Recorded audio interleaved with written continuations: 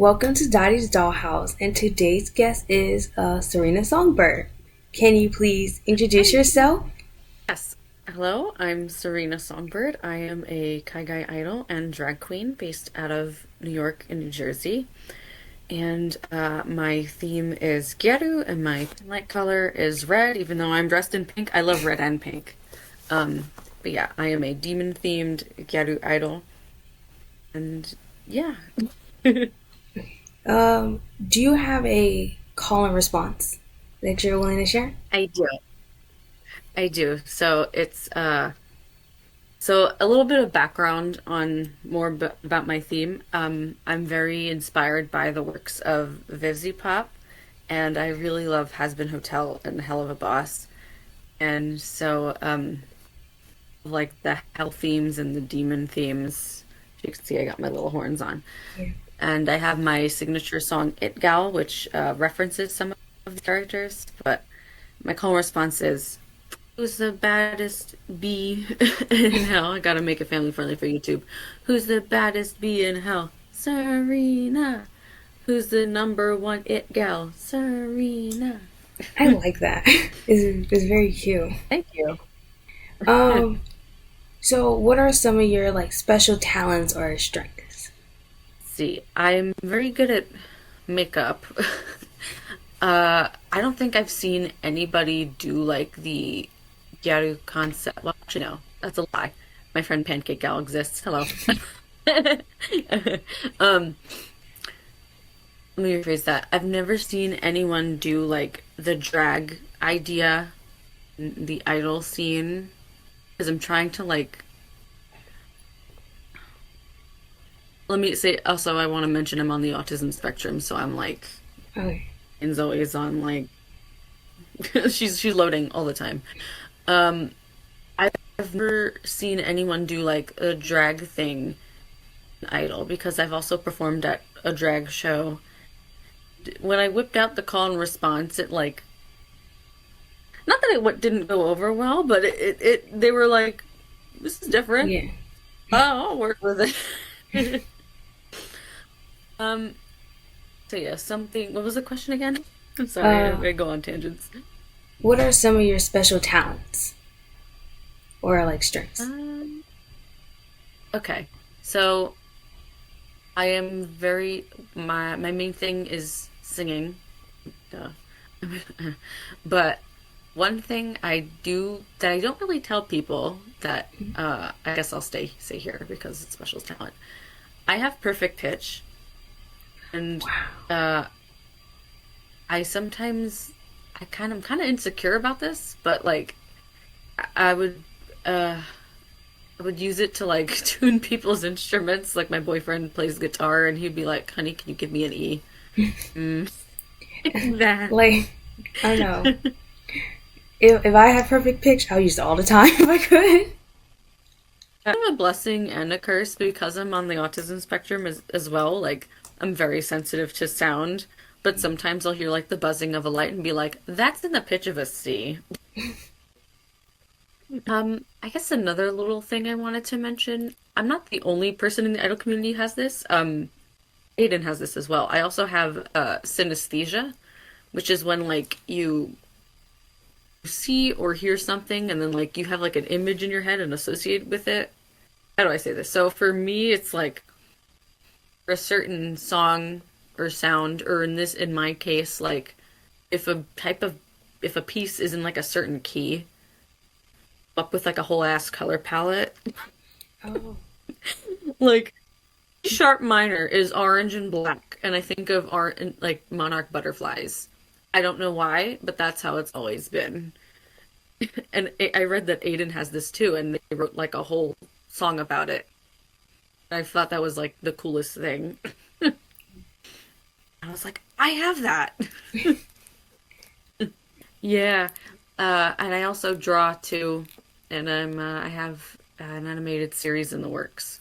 So looking forward to that. oh yeah. Do you have any upcoming performances or activities that you're doing? Do I have a song in the works that I am working on with Aiden? They're producing it. I did give a little hint about it through my artwork not too long ago. I'm gonna say about it, I'm also going to be in a virtual Idol Fest this spring. I'm not saying which one, Okay. but it does exist. And there is a collab with somebody in the idol community that we're working on. Again, I'm being hush hush because I don't want to. Actually, I feel like she has posted about it, like, "Oh, I'm working on something with so and so." You know what? I'll just say it. Me and Pancake Gal are working on something. Just small little tidbits to like Yeah, keep people on yeah, their toes. yeah, yeah. That's I my first in-person con performance. I want to aim for Otakon, but again, money is an issue. Uh, that keep the fingers and toes crossed. Yes. Otakon is probably the first in-person one, and supposedly Anime NYC has a fest coming up for next year. So if that's the case, I'm there. I am Uh, there because there are no like idol events in this area. None. Like the closest one is in like in Maryland, which is already like 4 hours, and I don't drive. Everything's in California, and because my boyfriend and I are both like in the creative fields, and we're both like once we get enough money, we're gonna move to LA. That's like our dream. We're gonna move to LA. Uh, so another question is, what do you do to like train or prepare for a performance? let's see. I like to. Okay, so what I've been doing. You want like the idealized version or like the realistic? The real version? Right. So lately, okay, so I like to stim because, when you're on the spectrum, you get burnt out a lot from masking and you need to like decompress and oh, I like to play this into my practicing as well. So I want to start dancing more in my performances, but because of my low stamina, I it's kind of hard. So I like make little choreographies while I'm listening to my favorite music, and lately I've been listening to a lot of Eurobeat because I want to incorporate para para into my choreography. Do you know what that is? Para para? I believe I heard of it. No? Okay. Okay, it's a type of dance that was created with like the rise of Gyaru and like the Oh like in the yes. 90s. Okay, so I'm And aware it's like now. with like the movement. Yeah, and it's very fun to do and it's very stimmy for me. So I love doing it. The music is very nice and hits my brain the right way and I really enjoy doing that. Uh but I'm still subconscious of like self-conscious of actually fully dancing. So I'm working up to that. Dancing? Well, not a little advice, but like helpful. Because I've been Yeah, dancing for like around 5 years, and my friends still say I mhm. look like a stick bug when I dance. So I was like, I have nothing to lose now. If they still say I look like that now, I was like, all right, that's just how I'm now. Gotta get past that little voice in your head. Anyway, see, I do like to warm up my voice before I go on. I do have some training in like vocal anatomy and projection and stuff like that. Uh, I could like I've helped people train vocally train for stuff. I've tutored people in that area. So That that sounds like a lot. Now, these are like some that I have after going through like your profile on Instagram just a little bit. right. So, because I noticed you're in the like you do drag and garu. What got you into that? You want the long story or the short one? We have time. I have my whole day clear for this interview. All right. So I post. Let me see. How do I phrase this without giving away too much? Because I did post a story time about when this incident happened. I'm gonna spare the details because I don't want to trauma dump. But basically, it happened to me in a very toxic fandom space in 2021 where I was accused of something that I would never ever do, and it caused me like a lifetime of trauma that I'm still healing from to this day. Fast forward to like 2022 when I come across Has Been Hotel, and I see one of like their animated music videos for it. And this is when like the fandom is still like a fandom because of the pilot. Keep in mind the show has yet to drop in January. So, um, but yeah, I see one of the music video for the song Addict, and I just start like singing. Not because like the characters are like doing drugs and arson. I don't condone that at all. Yeah. But because I wanted like the free spiritedness that these characters have, and I'm like, I want that for myself, and how freely they express their sexuality.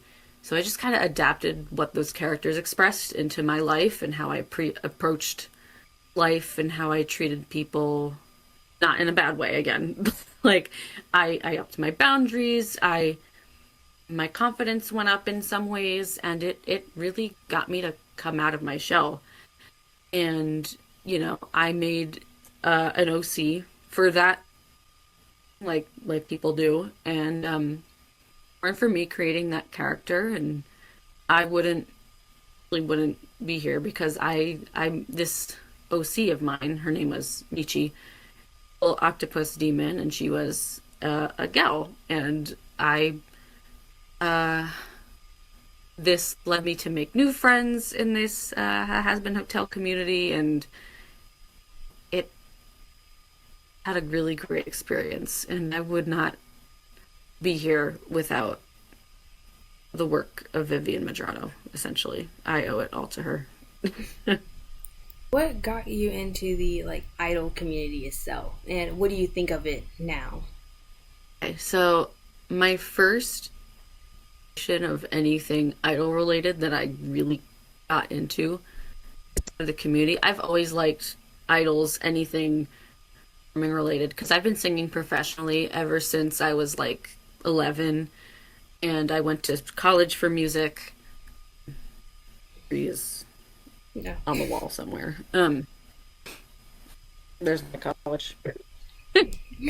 You don't have to show that.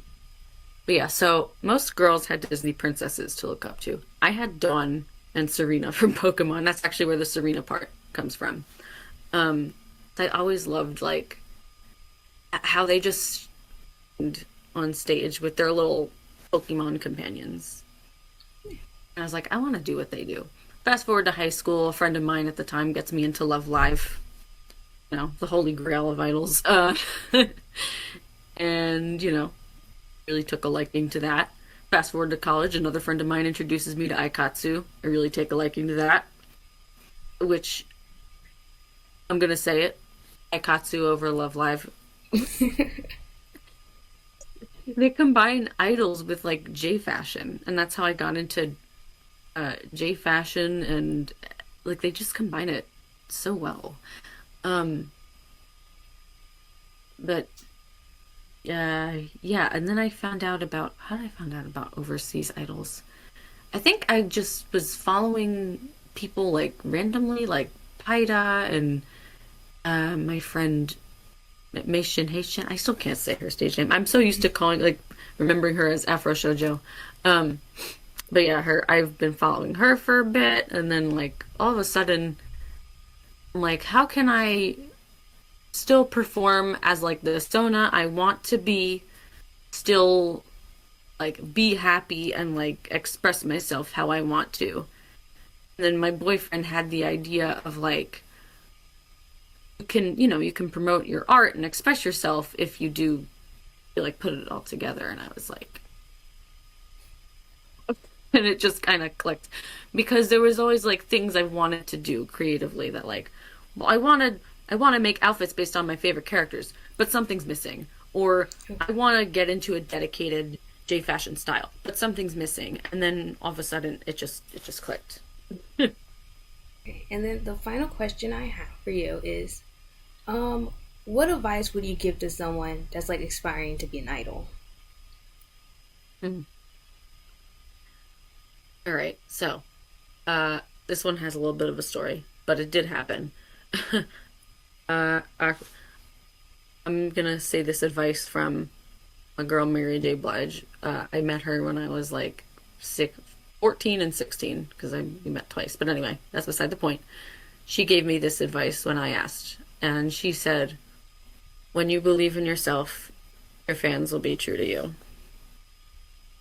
Because that's all you can do, really. I've struggled with comparing myself to others a lot, and it's been a real problem. My mental health comes and goes, my confidence comes and goes, and that's all it really comes down to. You just gotta focus on your own stuff and unfollow the people you compare yourself to, really, if you have to. I've done that, and it helps. And when you focus on yourself and believe in yourself, you will get what you put out there. You will get the love,